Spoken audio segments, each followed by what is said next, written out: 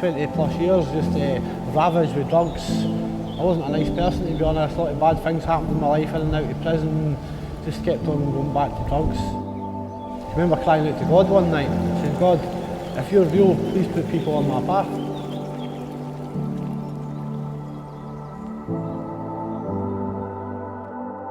Hi guys, my name is Walter and I have the privilege of being a support worker for a Christian-based homeless charity called Homes of Hope in Wythenshawe, and today I just want to show you what we do. So Ian, it's been a long road. It has, mate, yeah. You've been with Homes of Hope now since June last year. Yep. Do you just want to share with us how you ended up with us? I'll go back to when I was 15 I started using heroin. By the time I was 16 I was on methadone. I spent 20 plus years just ravaged with drugs. I wasn't a nice person, to be honest. A lot of bad things happened in my life, in and out of prison, just kept on going back to drugs. I can remember one night crying out. I had been going to psychologists, psychiatrists, doctors, drug workers, probation, prison officers, police. Nobody could help me. I remember crying out to God one night. I said, God, if you're real, please put people on my path. And something amazing happened the next day. I bumped into a man in the street and he guided me to a Christian rehab up in Scotland, the Haven.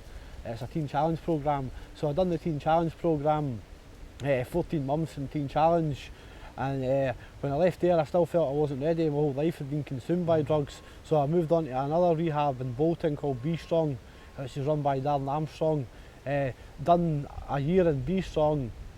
At the end of that I started volunteering with Manchester City Mission, and I was told about Homes for Hope, which would be the next move on place after rehab to help support me on the next stage, you know, after rehab, because a lot of rehabs will just send you out and you're just to get on with it, but Homes for Hope has been a crutch for me.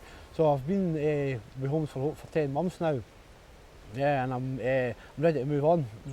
And I suppose that can be a big challenge coming from a rehab and then just getting thrown into your own flat. And I suppose that's where Homes of Hope works really well, because we promote a lot of independence, but you still have that support. Yeah. So me and you have met every week since I first started about 7 months ago. Yep.